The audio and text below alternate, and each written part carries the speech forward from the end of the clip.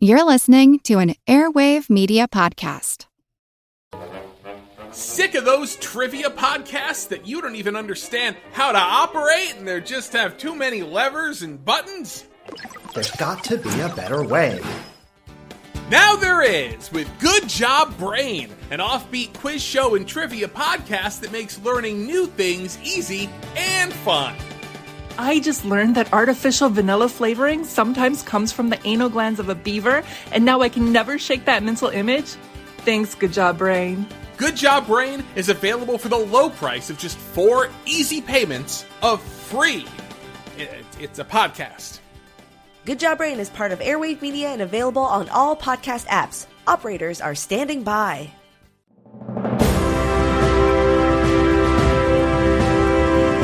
Hold your ears, folks. It's showtime. People pay good money to see this movie. When they go out to a theater, they want cold sodas, hot popcorn, and no monsters in the projection booth. Everyone pretend podcasting isn't boring. Turn it off. Turn it off.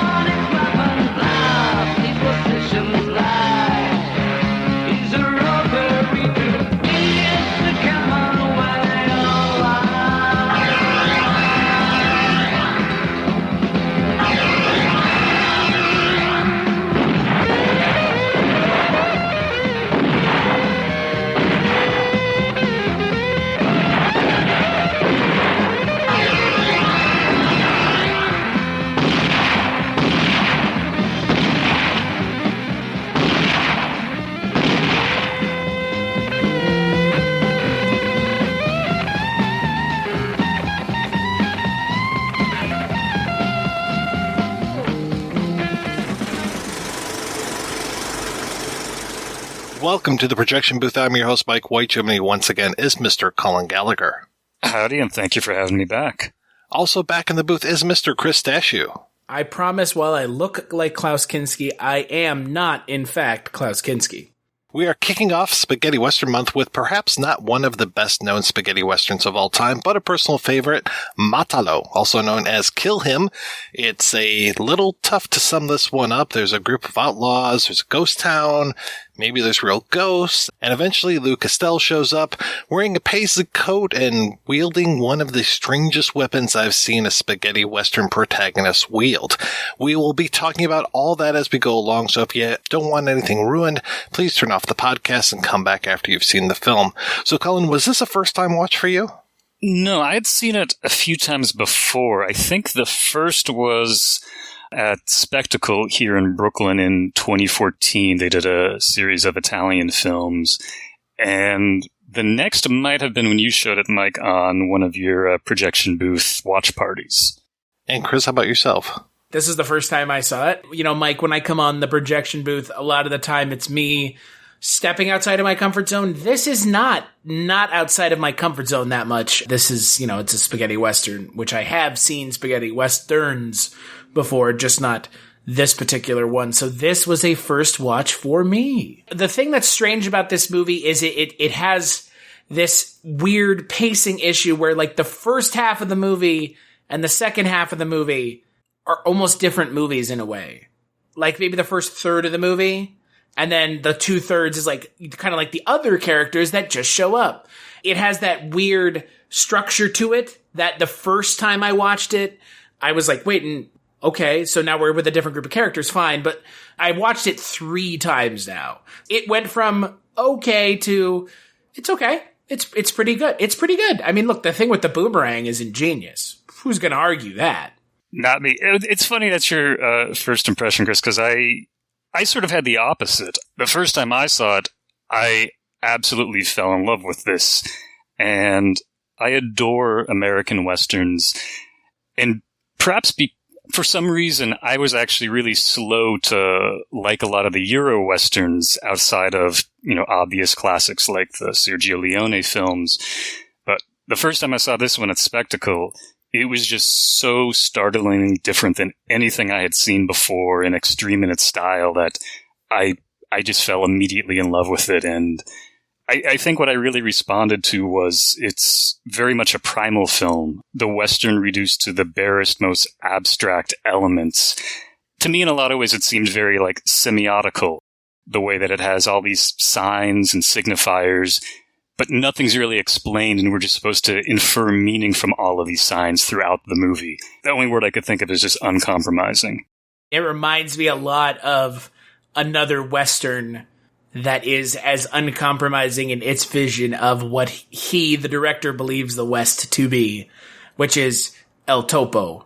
This movie has a DNA connection to that film. And this may be jumping the gun 10, 20 minutes from now, but that, I mean, I see what you're saying, Cullen, and I 100% agree with you. It has that feel to it that, like, just go with it. You're just here.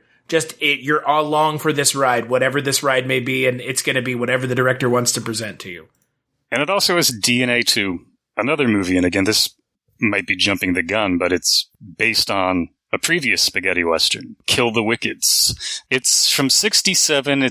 The original Italian is called Dio non paga il sabato, translated as God doesn't pay on Saturday. It was directed by Tanio Boccia, who was credited as Amerigo Antono, and written by Mino Roli, who was credited as Mike Ashley. And it's essentially the same outline, like, you know, it begins with the hanging, concludes with the same sort of shootout, and it hits the same beats, but it really lacks that eccentric style, as well as the boomerangs. It's a terrific movie. It's really fun, but the style just takes this in a whole other direction. It's wildly different that way. This was directed by Cesare Canivari, and you hooked me up with quite a few of his films, and this was the only one I had seen for a long time. And seeing the other films, I can see he definitely has things that he likes to do, and this movie really has those in spades. The whole idea of the quick cutting, the close-ups, the weird angles that he goes for. It's very, very psychedelic the way that the images are presented to us. And even when you've got a character like looking through a multifaceted glass ornament, it looks like, and then us seeing through that, I mean, it's very much like, let's try to be as trippy as we possibly can be. The other two elements I kept thinking about in relation to his other movies are voyeurism and torture. He loves to have characters looking at each other in A Hyena in the Safe. There's always like television monitors spying on people. And in multiple movies, especially Gestapo's Last Orgy, it's lots of torture. Gestapo's Last Orgy is pretty much nothing but torture for 90 minutes. Essentially, that movie, if you don't want to watch it, and I understand why someone wouldn't, it is, the first half is Sallow, and the second half is The Night Porter. But nowhere near as well done as those movies, but maybe it's, the subject matter is very easy to turn one's stomach, as it probably was intended to. I was expecting you to say, and it's just a dash of the producers there at the end. It's a rousing musical end for Springtime to Hitler at the end. Well, it's funny you mentioned that because, especially on rewatches of Matalo, I noticed more of a sense of humor that I did not see in his other movies. I don't know, Mike, if you thought the other movies had humor to them. I was laughing at Hyena in a Safe quite a few times. I really enjoyed that movie. I thought that was fantastic, especially the low angles when the one character is playing the piano and that kind of discordant way, and just, I really like that. And we should talk about the music in this too. It is some of the best fuzz rock, psychedelia type of stuff. I mean, this score is fantastic. I am going to be finding a copy of this soundtrack one way or another as soon as we finish this podcast. Luckily, it's out there. You can get the CD of this. It is not impossible to find, which is a great way to get introduced to this film because that music is so good. Not only is the music good, it is essentially what I think of when I think of early 70s psychedelia rock. It is like stereotypically psychedelia rock, which works so well in this film, which makes me wonder how well psychedelia rock would have worked in Westerns all the time. You get those great guitars and things like Once Upon a Time in the West, but in here it's just like, it's a different brand of music, and some of the sounds that they use in this too. I mean, especially there's a swing that plays a major part in this, and the screeching from that swing will just put your nerves right on edge. Are you familiar with the composer Mario Miliardi? I didn't know his other work, and especially on repeat viewings, this seems just a little different than like the Morricone, vein of soundtracks that were really popular at the time. I kept thinking of Penderecki and Xenakis and people that used a lot more like atonal chords and that used a lot of noise to be like abrasive. And then someone like Toru Takemitsu, the Japanese composer, who used a lot of ambient sounds and percussion to, give it a really like, theatrical's not the right word, but this, this really like ghostly, ambient effect. And I thought it was really effective for this movie. Yeah, I would like to see more movies with him doing the soundtrack. I want to see Shoot the Living and Pray for the Dead. And I'm not sure what this one translates as, but Il Venditore di Morte, so it sounds like The Seller of Death. And that's a good title. I know for sure Klaus Kinski is in one of them. I think he's in both. Di Morte. Okay. Which is why I want to watch it. Because I mentioned it in the first thing I said on this show. It looks like Klaus Kinski on the poster for Matalo. If you look at it too fast, it really does. That poster is kind of deceiving, too, because it is Corrado Pani who plays the Burke character, who's basically our, I don't want to say protagonist, but he's the star of the show in the first half of the film, but yet it says Lou Castel right next to him. So I always thought that was Lou Castel, and I was like, no. Lou Castel is our protagonist in the second half of the film. Very much, you were talking about El Topo, and I always think of that as having very distinct acts, especially when the second half of the film starts and El Topo is there with the shaved head and everything. this film is very much the same in that we have Corrado Pani in the first half, Lou Castel in the second half, and then eventually their paths cross. But it's kind of a surprise that Corrado Pani is still there, because he essentially dies in one part and then kind of comes back as a ghost, but not really a ghost. He's just hiding out. So it's interesting that we have two, I'll put them in quotes, ghosts in this film, because when they first get to this ghost town, there's the old woman, Constance Benson, who is going around with a rifle, and you never see her face until eventually they reveal who she is. And then she's almost replaced by Bert, who is also going around with a rifle, and you don't see his face. It feels like this film is very haunted. It feels like a horror Western. That's a really good way to describe it, especially the style, the way they play with missing characters and shadows.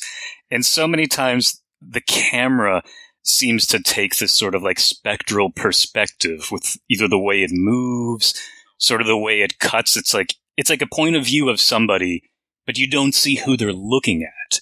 When you get those shot cuts of the eyes with that little electronic kind of noise that goes on throughout so much of it, like there's a part, I think it's when Bert is on that swing I was talking about, and you just keep getting like these flashes of eyes, and you're like, what the hell's going on? And you're going to get that through a few more times in the film, even when it's not him. And I guess it was maybe Mrs. Benson looking, but you were talking about voyeurism. That's right there as well, having these shots of these eyes. You get that even in the opening scene of the movie. I think the very first shots are these extreme zooms of the town. So there's no establishing shot. You just see all these out of focus characters right in the foreground, and you look a little bit in the background. It's almost as if you're like spying on this town. And that's sort of the first clue that somebody is spying and watching what's going on, but you don't know that for like a little bit into the scene until all hell breaks loose. We're being dropped into the middle of this story as well, because I love how you described it, that extreme zoom, and you can see in the background a casket being loaded onto a wagon. You see a woman who's dressed all in black, and then you start to get more of her, and it's like, okay, what's going on with this woman? It's like there's this whole thing that's going on. Like we have this backstory that we're really never going to get. And then we see, Bert being led out to the gallows, and I love him and his interaction with the priest. And the priest is reading, last rites, and it's all in Latin. So I'm just like, where the fuck are the subtitles for this?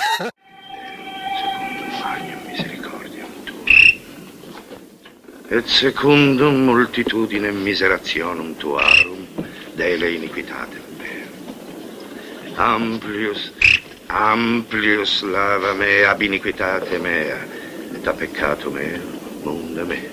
Quoniam iniquitatem meam ego cognosco, et peccatum meum contra me et semper. Miseriatur.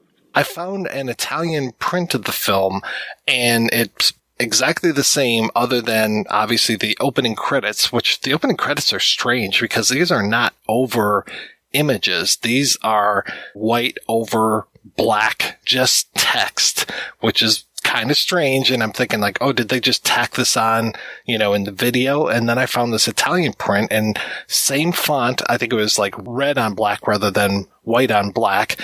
Same order, but it was all in Italian. And then when it opens up on that image of the sun, there's a title card that comes out, and it says in English, there are only two good men. One is dead. The other is yet to be born. And then the movie starts properly, and then it's the exact same film. If anybody from Kino or Arrow or Indicator is listening, a Blu-ray of this would be very nice. That would be really good. How many times have we said that this year? Quite a few. I want to know, because I've said that on my own podcast with Cullen on it. So, and I think we've said it before at least once this year, Mike. You're finding a lot of good stuff this year, Mike. I think this film has a lot of crossover appeal. There are people out here who deserve to see this movie because a lot of people would be into this kind of movie. I agree with you, Chris. I seem to remember you guys bringing that up a few times on what was the theme of the month, but it was basically like Cullen picks, right? And the noir films, yeah. Yes, thank you. And I remember a couple of those you were just like, man, this was beat to shit. It'd be so nice to see a restored version of this. Oh, yeah, it was... the kill-off. The kill-off, yeah, that looked like it was filmed with a lens covered in mud. Which is very... I mean, you know, it's like this, right? It's like wherever they're getting it from is not the best quality that they can get. You should have seen the very first time I watched this movie because it was a fan edit that somebody did, or like a fan restoration. So it was the English track, but then it was partially one cut of it and partially another cut of it. And whoever did it, like, cut it all together, put the English over it. And so every once in a while, the English would start to slip. So they would be not necessarily in line. And then every once in a while, there would be parts that there wasn't English for, and they would just start speaking Italian. And it's like, oh, okay, what the hell's going on here? So this version that is now on DVD from, I think, Wild East looks really good compared to what I saw originally. But yeah, I agree. It could look a whole lot better. I was looking around on YouTube for stuff about the film. The film's on YouTube in its entirety, but a lot of the music is cut out. Large swaths of music are cut out. I've seen this with other movies. When someone uploads a movie, if this music is tagged as copyrighted, one of the options is to just have the copyrighted portions drop out. Yeah, so that's what I think's happening to the one on YouTube, which is funny, because when I was watching it, I was like, well, it's still a movie, but all of a sudden, when they're riding their horses on the high plains, it's just literally silent. Completely silent.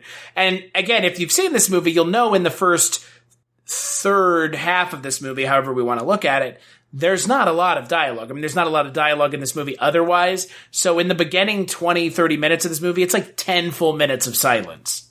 The other thing I noticed, too, is that they're being very careful to not show people talking. Like, I noticed a lot of times that characters will speak when they're off screen or when their mouths are obscured. It reminded me a lot of, like, the old cartoon Danger Mouse, where it was like, oh, it's too expensive for us to animate lip flaps, so we'll just have Danger Mouse look down when he's speaking so you don't see his mouth move. With this, I'm not sure if it was just like, we don't have time to really sync the dialogue or whatever, but I just noticed there were so many times where the person speaking is not the one that we're looking at. I reckon you're probably right, Mike, that it's a cost-saving measure, that it's a lot easier to edit when you don't have to and do the voiceovers when you don't have to think about syncing the lips, because Italian movies do all of the audio in post-production anyway, and this would have been dubbed both into Italian and English. And I think this got released as well in France and Germany. I've seen posters for it in those countries as well. So I don't know how well this did box office wise, but at least it was out there for the audiences to see. Because this was kind of, as far as my reckoning goes, this is quite a few years after the spaghetti western boom started. But I think we still had a few more years to go before it was going to wrap up. We haven't even really talked about the opening scene. It reminded me a little bit of The Good, the Bad, and the Ugly. This whole idea of the guy who's about to be hanged. And in that one, you know, it's Eli Wallach, and then he's got Bright Eyes or whatever hanging out, watching over him. There's or an angel watching over him as well, because Lee Van Cleef is looking out and checking out the scene as well. But with this, it's this band of outlaws that come in and rescue him. And then he manages to ride out with them, and they're like, okay, well, thanks for the money, for saving you, and we're going to take off now. And then he massacres the entire band all by himself, which is just amazing. And the thing that I love the most, other than the crazy voiceover that comes in, I think only one time in this movie where we get Bert's POV, right? He's got a thing, and I noticed this so much last night. He's kind of like Joe Shishido in Branded to Kill. He loves the smell of gunpowder, and every time he shoots his gun, he'll sniff that gun, and he just takes a big whiff. And there's just like a couple like little occasions where he'll just run the gun past his nose, and it's like, wow, this guy really likes that odor. It's a nice little like perverse touch, an unusual perverse touch. Howdy, folks. I'm Bert. Because that opening scene, after they rescue him from, being, lynched, they kill everybody in the town. The widow, who obviously had some sort of love affair with Bird, kills herself. And the only person left standing in town is the priest, who's just like giving everyone their last rites. All the corpses lying around. Then, Mike, as you pointed out, he turns on all the people who just, rescued him, kills them all and steals the money. And then he comes on doing this like really jokey, comical self-address to the audience, giving his father's advice. Money's like ripe fruit on a tree. All you have to do is reach out and grab it before someone else does. It's like some Leave It to Beaver crap or something. And this, as you pointed out, Mike, this never happens again. No, we start with the voiceover with this guy and we never get back to it. It's like, okay. And those are the sort of moments that, to me, this movie sort of becomes like weirdly like theoretical. It's just like he's sort of taken this element from like TV westerns or something. Well, this is what some westerns have, so we're going to have this part. And you get these characters that don't really fit. So he eventually heads north to Colorado, and that's where the soundtrack kicks in again, and there's like a goblin edge to it when it comes up. So this is like the first hint of like, this is not going to be your typical Western. He heads north and he meets up with his two boys, Phil and Ted. And Phil looks like a pretty typical Western heavy, but then Ted, in this lambskin vest that he's wearing, and he's always got like stuff like beads and stuff hanging around his neck, and he's got this receding hairline with too long a hair trying to like cover it up and stuff, but he looks like he's a hippie. It looks like there's a hippie that escaped and made it into this movie. That jacket is just so shaggy and ragged, it looks like was cut off a lamb, like it's still partly alive. It does not look like it's actually well made. I like how they make fun of him, too. Like when Bert shoots a rabbit and they're like, oh, you should make a hat out of that. And then we get our fourth person that shows up, which is Mary, this gorgeous woman, Claudia Gravy. I'm surprised that that's a real name, and I have a feeling it's not. Right, Gravy. Gravy. Come on, Mike. She is playing this long con of she's kind of dating Phil, but then she's teasing Ted, but then at the end you find that she's really Bert's girl, and it's just going one to the other and just playing everybody off of each other, which I really appreciated. Well, it reminds me of one of the two Clint Eastwood ones, which he starts pitting the families against each other by working for both of them. There is always going to be one person out for ostensibly themselves. Mary's costume kept reminding me of like Raquel Welch in, like either like Hanny Calder or like 100 Rifle. She had that sort of vibe, and like even her hair. John Wayne don't have anything on her fringe game. Hello. Wow. What about Corrado Pani's poncho? His poncho has a life of its own, or his serape, or his throw that he keeps over himself, that he, in one scene, essentially does a backflip, and he's like hiding underneath it. That's the scene from the poster where he looks like Klaus Kinski. Well, in that super tight green shirt that he's wearing, right. It just doesn't feel like era appropriate, but I love it. I love it because it's not era appropriate. Speaking of era appropriate, the fact that the character played by Lou Castell of Ray, his weapon of choice is a boomerang. Yeah, I love that there's Ray, and then there's the other girl, and I'm trying to think if she even gets a name, but they just like happen to be out in the desert. It's not like they ever have a purpose. Like, she was riding someplace with her husband, and I guess the husband died, her horse fell, the wagon wheel came off, so the first time we see her, she's shooting her horse. So she's just kind of wandering in the desert and meets up with Ray, who is very much wandering in the desert. They ask him what he's doing, and he doesn't really have a good answer. It sounds like he was just moseying along kind of thing. Yeah, her name is Bridget. The scene where all these people are introduced is really interesting structurally, and Chris, I think this is the moment when it shifts from movie 1 to movie 2, because Mary has engineered this holdup of the wagon, and she's really the instigator of the shootout because they're going to be robbing the gold, and Ted and Phil get the gold. And this is also where Bert gets shot, and Mary seemingly leaves him for dead. Meanwhile, on another part of the desert nearby, Lou just sort of collapses, and his horse finds him. And then Bridget comes along, and we now have all these new characters. And it's just like, wait, these characters are meeting, they have their own stories. Our movie has sort of like stumbled into their movie that was going on at the same time. It's like two different movies. And this is a third movie, and now math happens, and the rest of the movie is sort of sorting out how these different storylines interact. Because we get Bridget and Ray meeting each other, and then we don't see them again for a little while. And then it goes back to our first movie, and we get this whole thing of like, now Mary's trying to get with Ted, and, Phil's being suspicious about the gold and all this kind of stuff. And it's like, okay, well, where are these other characters? And who is this that keeps looking at them with this rifle? And it seems like there's somebody out to get them. Okay, what is happening here? Please tell me what's going on. But I love when it keeps me in suspense like this, because it's just super spooky. This mysterious person with the rifle, I'm just like, all right, is that Bert back from the dead? What's going on here? That mean harp playing with that rifle barrel, that diegetic harp that I did not realize any more than I think the three of us realized it was diegetic the first time we watched it. I was just assuming it was just background noise. And then there's the rifle playing the harp.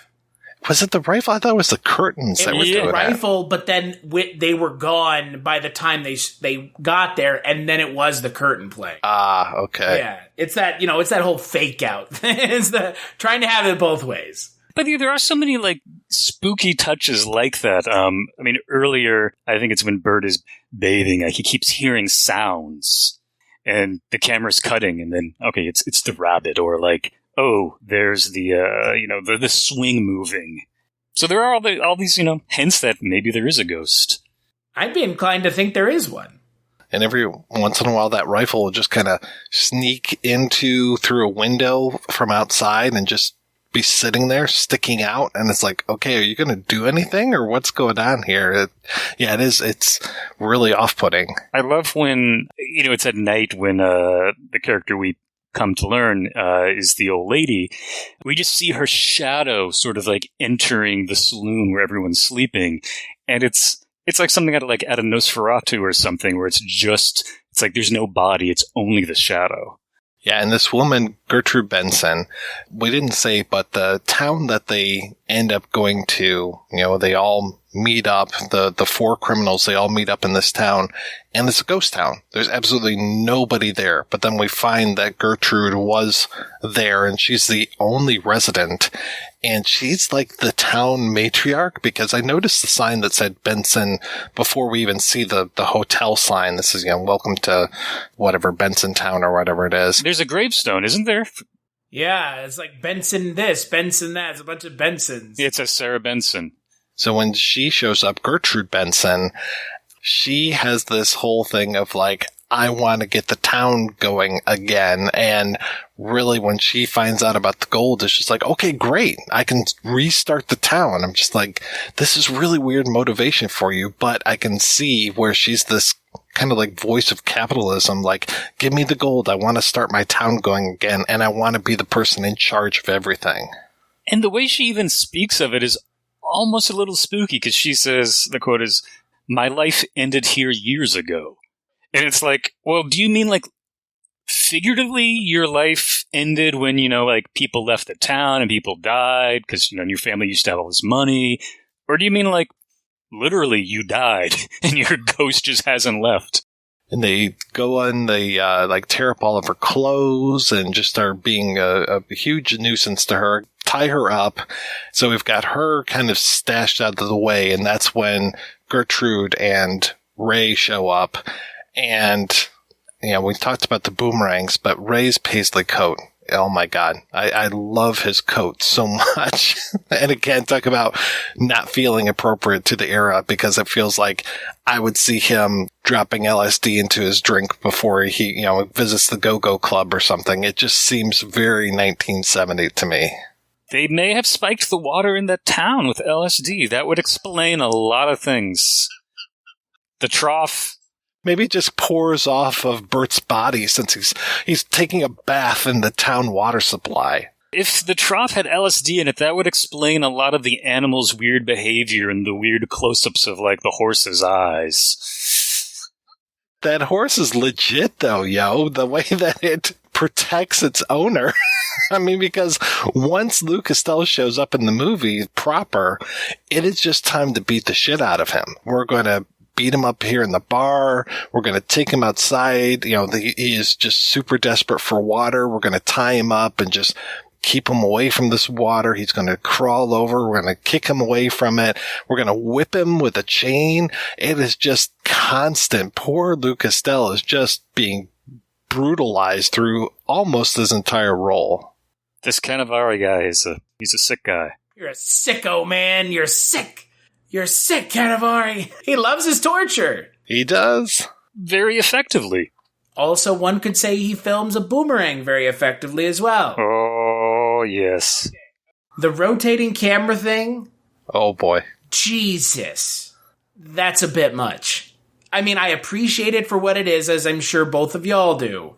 But, man, hopefully you don't get motion sickness.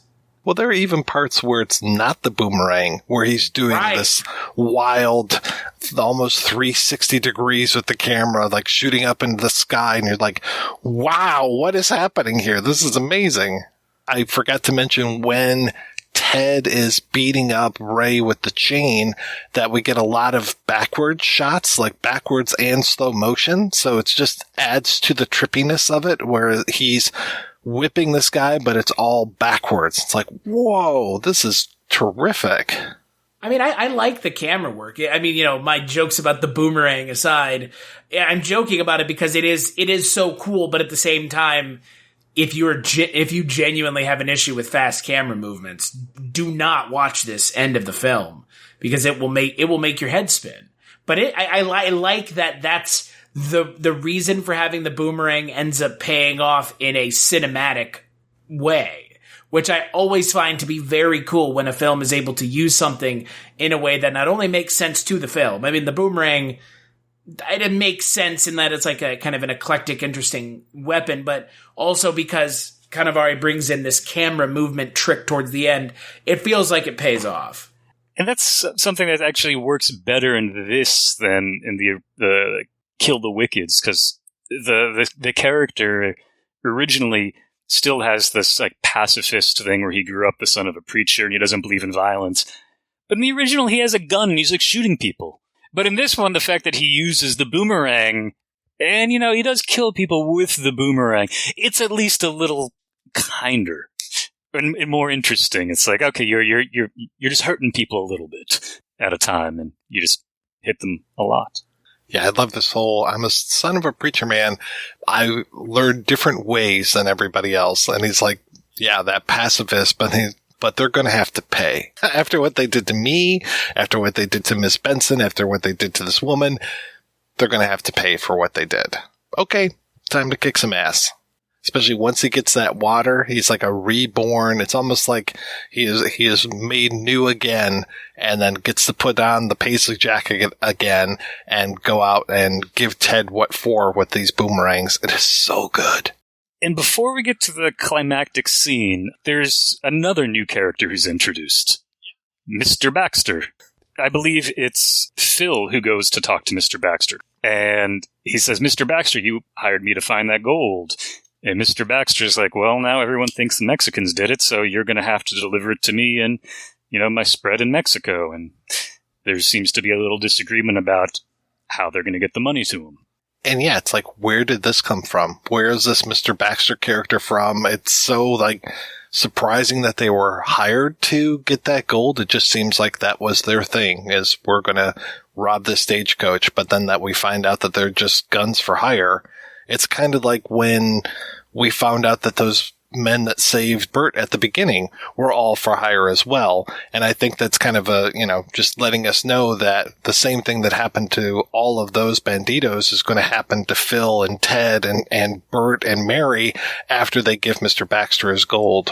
I don't think anyone involved really ever intended to give Mr. Baxter the gold. Mm-mm. And I don't think they intended to split it amongst themselves either. No, there's no honor among thieves. Phil almost immediately takes the gold and hides it someplace. And so we've got, again, we've got Mary looking out of the window and then telling Ted about it later on, so she gets to pit Ted against Phil. And then we find out towards the end of the film that, surprise, Bert was not dead at all, that he's just been kind of laying low and letting them kind of hash it out. And his plan, I think, was to swoop in and get the gold, maybe get the girl, and then off they go to wherever they want to go to. I absolutely love the editing of this. For one, when Mrs. Benson comes out with the rifle, I kept thinking of Lillian Gish in The Unforgiven. And maybe that's just because older lady with a rifle, but I don't know, she seemed to be having a Lillian Gish vibe. But they again do that sort of Leone, good, the bad, and the ugly cut between everybody's close-ups of their eyes. Everybody's ready. And then he keeps going back to close-ups of the donkey's eyes, because the donkey is just in the middle of the road with the gold strapped to its back. And it's just like, oh shit, everybody's got a gun except for this donkey. And the donkey looks a little confused, but also like, I want to get the hell out of here. It's like those people that took the gif of Eli Wallach and Lee Van Cleef and Clint Eastwood and then added like the cross-eyed cat. You know? Oh, they just kept that. No, Mike, you. It goes on forever. It goes on. I know. I say it goes on farther even than that. I mean, that is but the tip of that iceberg. Can you all send me this gif? I think they start bringing in like characters from other movies. Look, I mean, the Mexican standoff or however you want to phrase it, in these films, it's not a requirement, right? But if you're going to do it in a way that's interesting. I mean, make it your own. And it does enough to kind of let it stand out from the pack. But, the standoff scene, every Western seems to have a standoff, especially these spaghetti Westerns. So it's nice to see Canivari doing something really unique. Yeah, this seemed really self-aware and almost a moment of, like, parody or satire. The donkey gets away with the gold. I think you're right. Ray's not about the gold. Nope. Mrs. Benson is completely about it. Everybody is about it other than Ray. And Ray's just like, yeah, whatever. So when the donkey runs away, it's just like, okay. Bridget doesn't want the gold. She just kind of wants to survive. She wanted no part of any of this. I feel very bad for her because she's brought into this situation and it's just like, hey, listen, I just lost my husband. I just had to shoot my horse, She's like the innocent bystander in all of this. And Ray is pretty much an innocent as well. But then they start beating him up and he's just like, hey, listen, I got to take care of business. I got to whip these boomerangs over at this guy and a couple other people as well just to take care of them. When the shootout starts, which again has more of the crazy cutting and the camera work, Bert's in the middle of it trying to get to the donkey. And that just is like so slapstick to me. I really like those like elements of humor because to me it was like unexpected because it kind of alternates between like, we're going to be really serious and hard boiled. Now we're going to be really sadistic. Now we're going to be really mysterious like a horror movie. Now we're going to be really goofy. There's a moment when Gertrude's kind of given a little speech there about how she wants the gold to rebuild the town. And he's doing this great thing where he's like zooming a little bit and then stops and then zooms a little bit more and stops and then zooms a little bit more. It's just like, wow, really makes the scene so much more intense than if he had just given it to her and let it be a close-up of her. And then it's not even Ray, as far as I remember, that kills Bert. I think it's her. It's her that ends up shooting him in the back. Yeah. Shoots him in the back like the coward. She wants that down gold. Like a dog in the street. She's not letting anything get shoot someone in the back, though. Oh, I'm not saying that I would do that, but I'm saying that's what she wants the gold. She doesn't want anything else. It's a pretty nihilistic movie. It's very nihilistic. We started with this city being a ghost town, and really the first city that we were in, our first town, ended up being almost a ghost town because everybody's dead other than that preacher. And now here we are in this town, and we even do like a check-in with the camera going from body to body to body just to show like everybody's dead again other than Ray and Bridget, and they get to not necessarily ride off into the sunset. They just kind of like, okay, see ya. They go their own way. Everybody was killed in this movie for money, and nobody gets the money, and the only people that survive never really wanted to be a part of this. I mean, that's pretty antithetical to the way a lot of Westerns end, whether it's with revenge, whether it's with justice, whether it's with, completing a goal or an assignment. There's always some sort of sense of something, and it's like, none of this really means anything. Nobody really got anywhere. Nobody knows where they're going. The only people left are lost. And the money is on a donkey at the end. Mr. Baxter doesn't have his gold. That's the definition of nihilism, is that the reason that they're all here and they're all dead ends up not mattering at all anyways. And the donkey's probably pissed because that gold probably weighs a lot. And the donkey's just like, get this fucking money off my back. Let me into that LSD trough again. One of the things I love, you're all talking about the camera sort of looking over the dead bodies. And then it rises up to the Welcome to Benson City hotel sign. And then the camera just sort of starts shaking left and right. And to me, that was really, really kind of a stirring, almost like disturbing moment. And I kept thinking that, is the camera taking, a godlike perspective? Because it's almost like someone like shaking their head. Like, tisk, tisk, tisk. Not happening today. Look what we got here. And then it goes to black and we get music for a couple minutes, if memory serves. No end credits, is just the music playing over it. So again, kind of emphasizing how important the score is to this. And it's not even, I did notice that it's not necessarily music by Mig Liardi.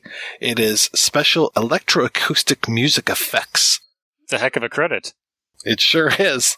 And I did check that's in both versions, the English and the Italian. But in Italian, it sounds much nicer.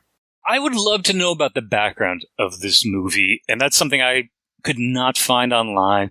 There's not a heck of a lot about who this director is, what his background is, because clearly he's got a style. Clearly he wants to do some pretty radical things with the camera. And Chris, as you said, like, you use the word cinematic, and it's like, this is a very cinematic movie that really pulls on all the tools of filmmaking, from editing to camera movement, costume, music, sound effects. I mean, it's sometimes a little bizarre, the choices, but he's using them. Like, nothing is, wasted in its effect. The way that I would describe the implementation of the boomerang in this film is it's very thematic in its nature. You have a boomerang in this film, you don't have to film it that way, but of course you're going to film it that way. Like, why wouldn't you? It makes the most sense. Is it the most logical way of filming? 9 times out of 10, no. But in this scenario, it makes perfect sense. They actually showed the boomerang flying at one point, and it actually seemed like a legit person threw it. Like, it goes and then it starts to come back like boomerangs are supposed to do.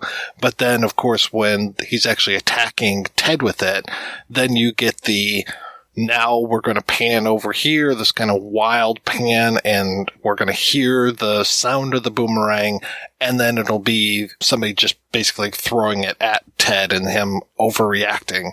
But it's great, that works. But it was very nice that they actually showed the boomerang flying at one point. It wasn't all just trickery as far as like, oh, just use a sound effect and do a swish pan. They don't exactly always stick to the circular 360 camera, which is nice because, again, it's as good as it is. It's a little much. Use sparingly, as they would say. As a prop, like when he goes and collects those after he's thrown them a bunch, those things are pretty hefty. Yeah. They got some nicks. It's just a cool visual, right? I mean, you got this guy walking over to the dead body, like grabbing the boomerang. Like, yeah, that's cool. That's just a cool visual. I don't know if we talked much about it, but the ghost town itself is an incredible set. All the windows busted, weird. When when they go into the bedrooms, there's like a cabinet with no doors that basically looks like a coffin that's standing up. So much dust everywhere. This is it's a real lived-in town. There's one part where I think it's Ray is going through like an attic or a room or something. There's all these cobwebs everywhere, and it's like it's again that horror movie kind of thing where he's breaking through the wall of cobwebs. It's a spectacularly visual movie. As we said, I would love to see this on Blu-ray. I would love to see a 35 print of it. To your point, I mean, the visuals open, the way the film opens the non-credited version, not the credits were slapped on in hyper-post version. That opening with that sun is just, it's spectacular. Canivari, he made, as far as I know, directed 9 films over a period of 19 years. So it's like, okay, that's quite a while between some of his projects. Because when he started, he was going like 64, 65, 68, 69, 70, 74, 76, 77, 83. So it's like there was a little bit of a gap before that last one. But he's got at least one other Western that I know of, Por un Dollaro a Tucson si More. So, but I would love to see that. That's only available in either a German dubbed version or an Italian dubbed version. So I would love to see that with subtitles. On IMDb, they say the translation is "Die for $1 in Tucson." I couldn't track down a copy. I would love to see it. His last movie is strange, Killing of the Flesh. It seems that, he did these 2 Westerns pretty early on, and then he wound up doing more like, almost softcore sort of like art house erotic, like exploitation movies. He did, like I, Emmanuel, The Nude Princess, which is a very strange movie. And then Killing of the Flesh it's almost like it takes the structure of an old mystery. Someone has died and everybody shows up at the hotel for the funeral and the reading of the will. And then people start dying. But before people start dying, they start screwing. And there's just a lot of screwing. And then eventually people start dying, and then it goes back to the screwing, and then some more people die, and it goes back. And it's just mostly a lot of butts and boobs. And clearly, that's the market this is intended for. It's just selling it for, sleaze. But it has, once in a while, he'll do some, crazy visual stuff. Like in Gestapo's Last Orgy. It's in The Nude Princess, which is, a woman from a fake made-up African country comes to a trade summit, and everybody's more interested in her, scandalous sexual background, and they're, journalists trying to find out what's happening. Everybody's having sex with everybody, and it ends with an orgy with all the politicians. And then there's a bird flying around. You told me about this bird. He just keeps cutting to close-ups the bird's eye and the beak. And it's just is this bird actually part of the orgy? Is this some sort of metaphor? I don't really know. I hope the bird was okay. But yeah, he's still maintained that psychedelic, sort of surreal, extreme style. I can't imagine people would have been that thrilled by seeing that in the middle of the orgy. If you came to actually see that type of content, I can't imagine they'd be satisfied.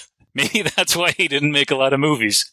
The Nude Princess was put out by Mondo Macabro quite a few years ago, and it had extras and everything, so at least that one has something going for it. Matalo had one extra. It was an interview with Lou Cassell on that Wild East disc, though he barely talks about Matalo. It's more kind of his career overall, and it's one of those frustrating things where he says, well, I told you about this already, and you can hear the cameraman say, yeah, you told us about it, but the camera wasn't on. Oh, no. It's please tell us again kind of thing. So it was an interesting interview, and I can't remember when they shot it, but he still had the baby face, even when he was however old he was, 20, 30 years after this movie was shot, he still has that baby face. So it's just wow, you don't look like you've aged very much at all, sir. It's a very distinctive look. That's a guy that's, you put him on camera, people are going to notice. And my God, I am so glad that you sent me Hyena in the Safe, because that was so good. And it sounds kind of similar, the idea of they're not necessarily getting together and screwing, they're getting together and screwing each other over. But it reminded me a lot of 10 Little Indians, where it's okay, we've got these people, they all want this thing, this safe of the title or bank vault of the direct translation, and they want this really bad, and they have 7 keys, and okay, we're going to kill off all 7 of them. At one point, there's going to be one person who's holding all the keys. How's this going to play out? And I loved the way that they handled it. I loved the main theme that they played quite a few times through it. I loved the use of the closed circuit cameras that they had. Just, it made me so happy watching that movie the other night. He has a real, knack for these sort of like ensemble, multiple characters all sort of going against each other plots. I think you summarized it perfectly with sort of the Agatha Christie analogy. And I could see that he was trying to do that in the Killing of the Flesh. That mystery wasn't really the purpose of that movie. At some point they sort of reveal, why people have been dying, and it's like, oh, okay. No one really said enough dialogue to build towards this.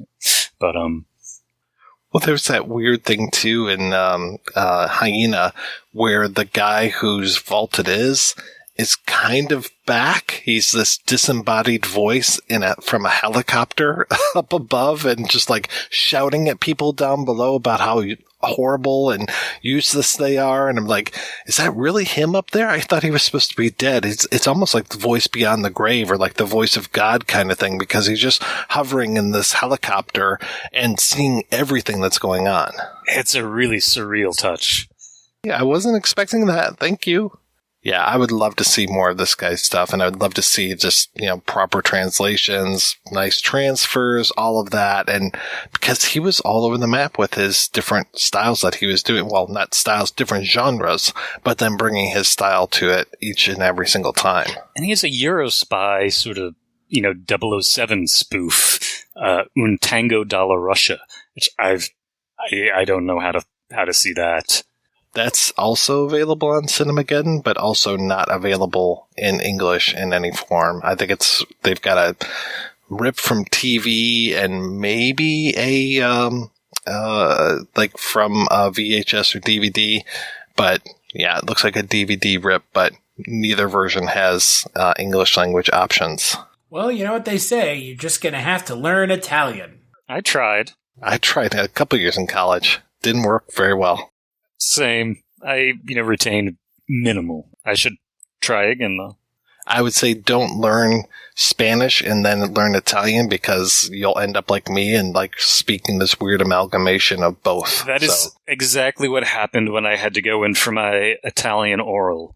I hadn't taken Spanish for several years, and I apparently was saying things that I correct in Spanish that I did not know that I knew how to say. They still passed me. Maybe they shouldn't have. Well, it's a romance language. Come on. I think they just took pity on me. Any interviews that I'm able to find with Canivari are in Italian, so, that might help out. He was interviewed in 96, or at least the interview came out in 96 from an Italian magazine called Nocturno, or Nocturna. And then, Cullen, you found an article or an essay about Matalo, but unfortunately it was all in French. We were able to translate that through Google Translate, and really it does talk about the film quite a bit, but it's more kind of positioning it in this like supernatural Western subgenre, of which there are a few other things. Like the first one that comes to my mind was that Paul Wendkos movie, like Black Noon or something. There are other supernatural Westerns, but this one just screams out at me as far as how great it handles the supernatural aspects. I will throw a shout out to Mystery Ranch from 1932 with George O'Brien. That's a fun little spooky Western. I mean, spooky Westerns are I love spooky Westerns, but that's because there aren't enough of them. You have things like Grim Prairie Tales, which is... Oh, see, it's an interesting movie. That's the word I would use. It is something. The poster alone, ladies and gentlemen, the poster alone.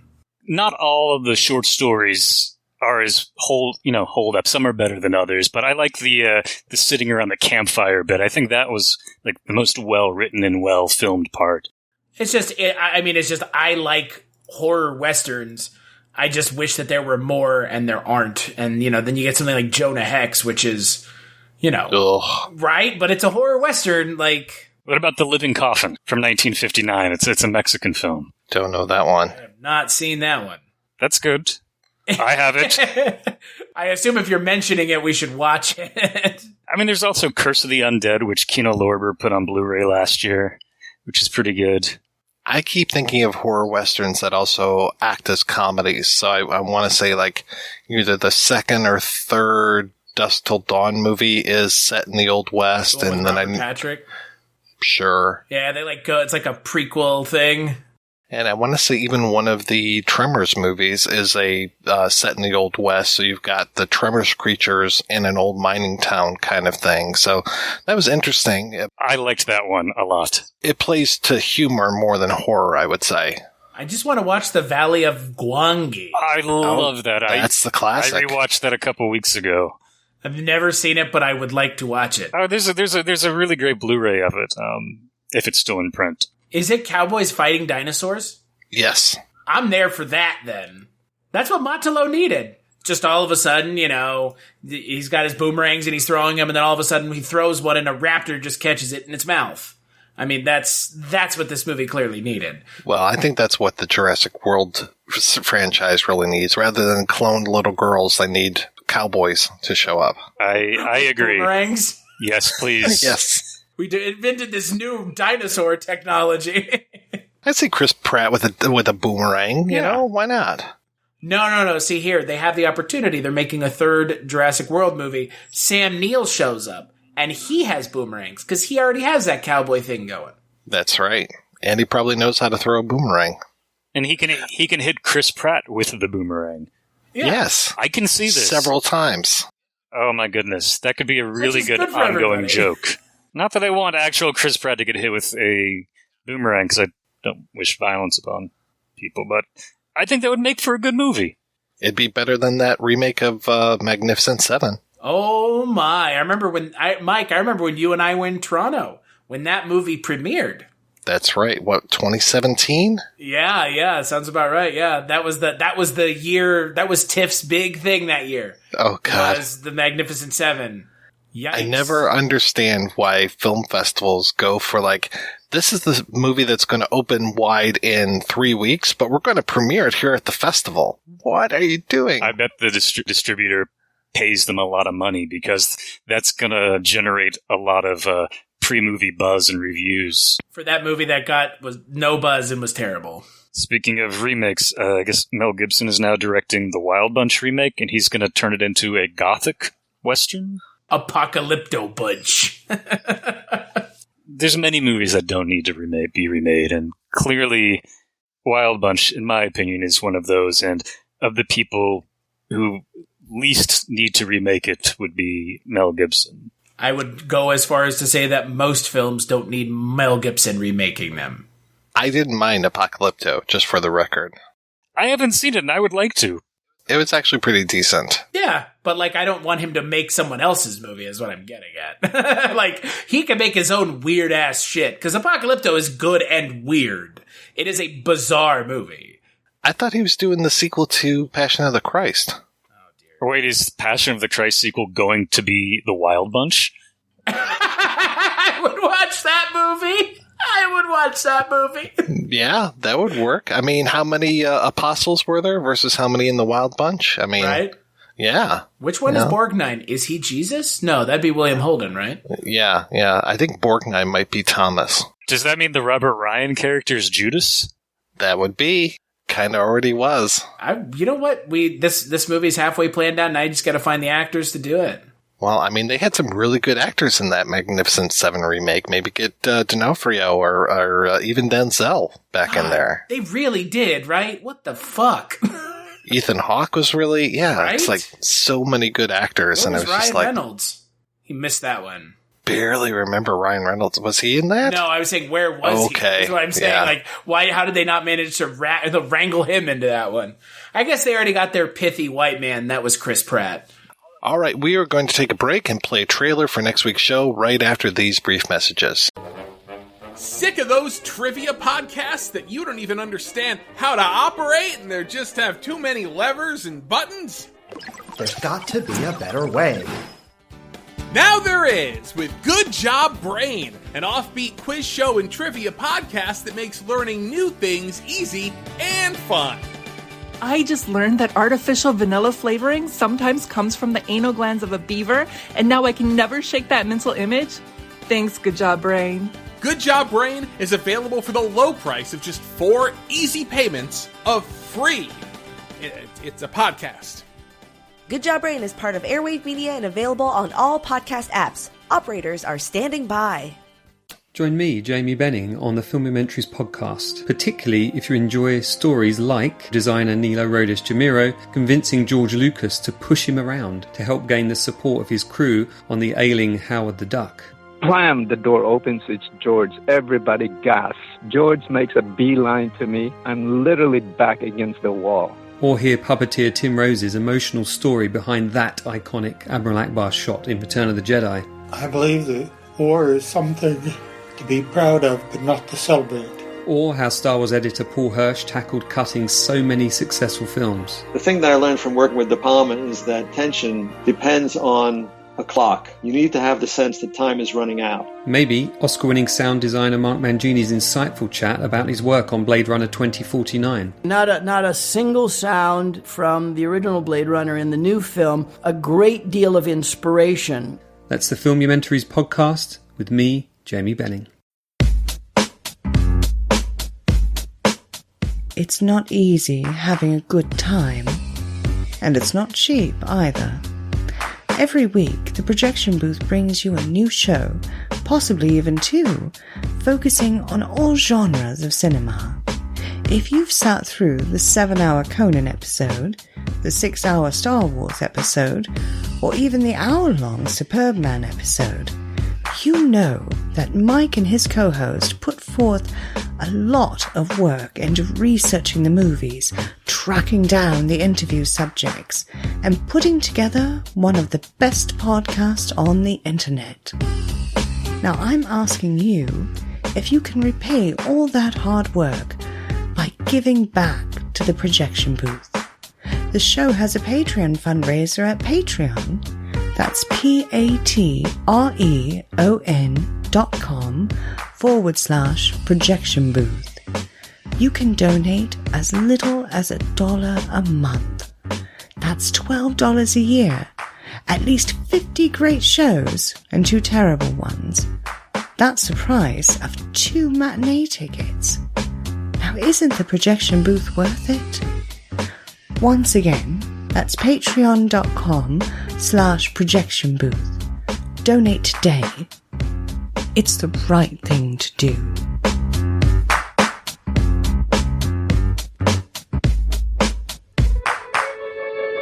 Hey, do you like movies? Of course you do. You're listening to Mike White's phenomenal podcast, The Projection Booth. I'm here, however, to tell you about another movie-loving podcast, The Shameless Picture Show. My name is Michael Byers, and the show was created by myself and my good buddy in filmmaking, Nick Richards, in 2016 as a way for him and I to stay connected and to keep movies in our lives. Premise is simple.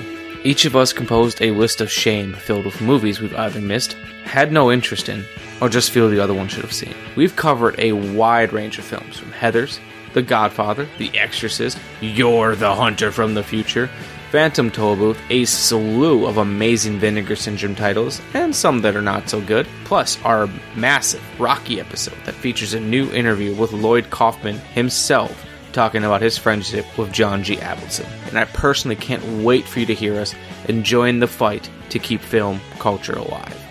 You can find our show on iTunes, Google Play, Stitcher Radio, and of course, SoundCloud.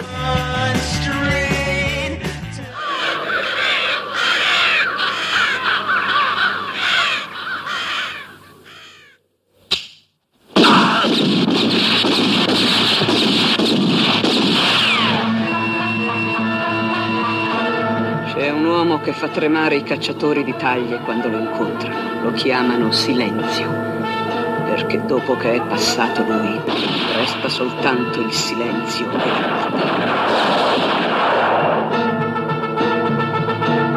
Chi è quel tipo spiritoso col cappello da prete e con la pelliccia rossa? Tigrero, uno che è meglio perderlo che trovarlo.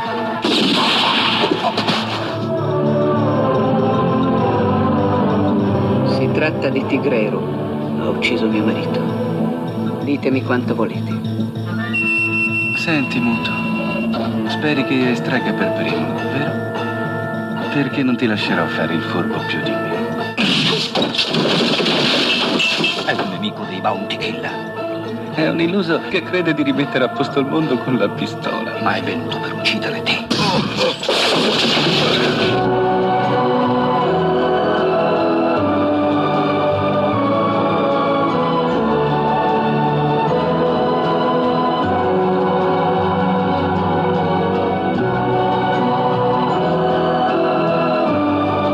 Potreste incontrare uno più svelto di voi. Sarà un giorno molto divertente.